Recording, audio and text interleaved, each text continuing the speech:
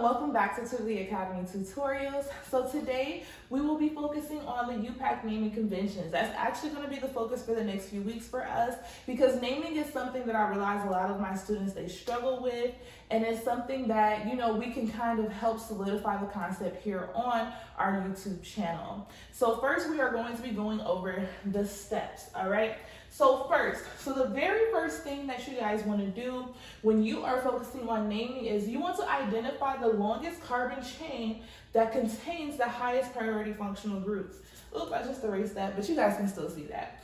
So pretty much the longest carbon chain, what we call that is the parent chain. So again, like I said, we're just going to go over the steps briefly and then we'll apply them to an example so you understand what I'm saying by longest carbon chain. Now, if that longest carbon chain contains double or triple, another thing, the longest carbon chain, it must be continuous. I've had students where they saw a break in it and then they're like, oh, well, it's this is the longest chain. Like, no, it has to be continuous, okay?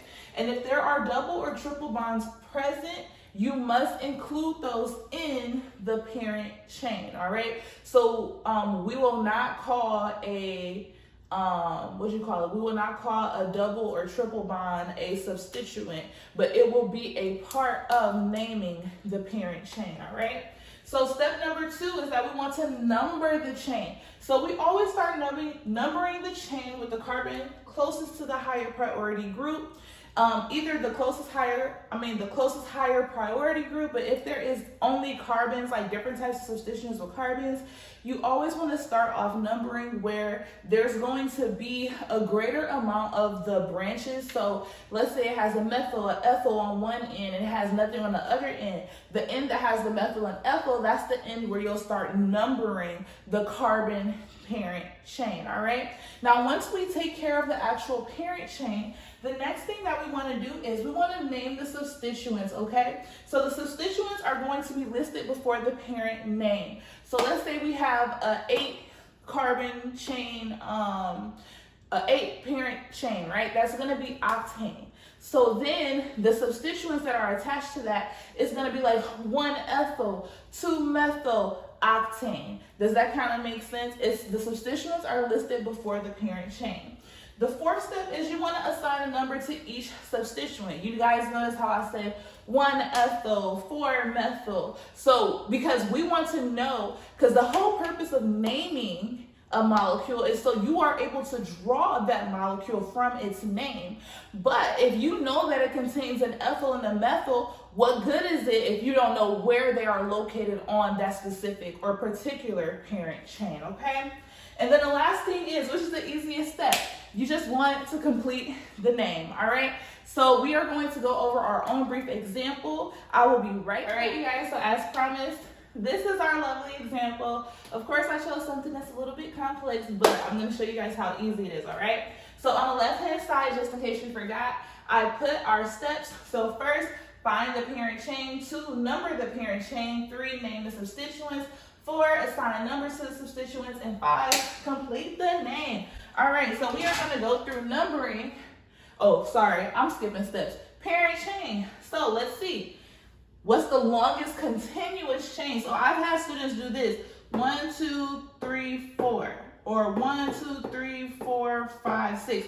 Okay, this is the longest chain. Or 1, 2, 3, 4, 5, 6, 7. Oh, that's the longest chain. But if you notice, if we go straight across, 1, 2, 3, 4, 5, 6, 7, 8, that's the longest chain. So let's go ahead, since we found the parent chain has 8 carbons, let's go ahead and number it. So, like I said before, some students will start on this side, but that will be wrong because it takes 1, 2, 3, 4 carbons to get to the first substituent, whereas on this side, it only takes 1, 2, 3 to the 3rd carbon. So this will give it the lower number as opposed to this side. So we're going to start numbering from this side. So that would be carbon 1, carbon 2, carbon 3, carbon 4, carbon 5, carbon 6, carbon 7, and carbon 8. Now I'm going to skip a step right here, not skip a step, but I actually didn't put this there. But once I number the parent chain, we name it. So there's 8 carbons. So we know the parent chain is going to be an octane.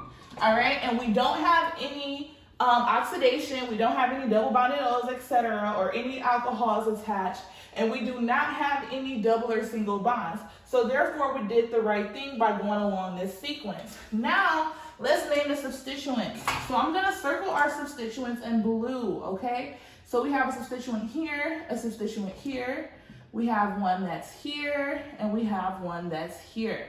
All right, so this is a good thing to do. So we have 3. So on carbon 3, we have a methyl group. But if you notice, we also have another methyl group. So when we have 2 of the same groups throughout the molecule or on the same carbon, regardless of the fact, there's 2, so that turns into di. So we have a 3,3-dimethyl. That's one of our substituents. Now, for 4, this is a 2-carbon chain carbon alkane. So that's going to be an ethyl. So on 4, we have an ethyl. Now on carbon 5, so when you guys see a carbon, where did I do with the black marker? Here it is. So when you guys see a carbon that is attached to, like in this way, you see how there's 1, 2, 3 carbons? This is called isopropyl. It's just a better way to call carbons that are branched together. And then if it was like this will be like an isobutyl. So think of it as this here is the I that calls it iso, and then that's just the propyl group. This is the I that calls it an iso, but there's 4 carbons attached, so that's a butyl group. Does that make sense? But for this particular example, we have 3 attached. So that's just an isopropyl group, all right? So then on 5, we have an isopropyl. So now we have all the things that we need to name it.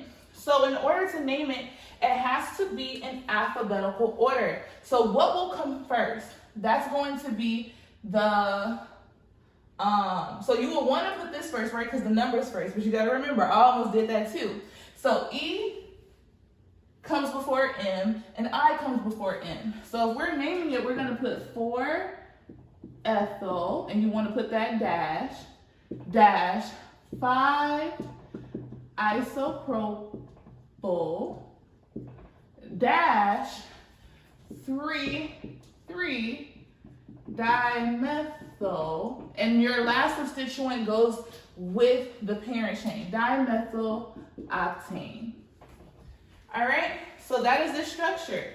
4-ethyl, 5-isopropyl, 3,3-dimethyl octane. So if you guys notice, what we did was we found the parent chain and numbered it. Then we named the parent chain. Then we identified what our substituents were, and we named it. So we combined steps 3 and 4 because it makes it easier, right? If you put it on the left-hand side, on the right-hand side, or left-hand side, whatever, and you are able to add the numbers because you jump directly from these 2 steps to naming, where you can just combine everything together. So you start with the parent chain, then you start numbering and naming the substituents. If you have multiple substituents, let's say we had a 6-methyl, it'll be 3,3,6-trimethyl, because that would be 3 different methyls. It doesn't matter if the methyls are located on different carbons or the same carbon. For this particular example, however, they just so happen to be on the same carbon, but you still will take care of them the exact same way.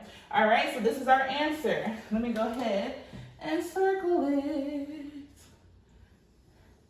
But again, if you guys are truly struggling with this concept and you need some extra assistance, feel free to book an individual tutoring session with us at www.tutorlyacademy.com. You do receive 20% off your first booking session. All right, see you guys in the next video.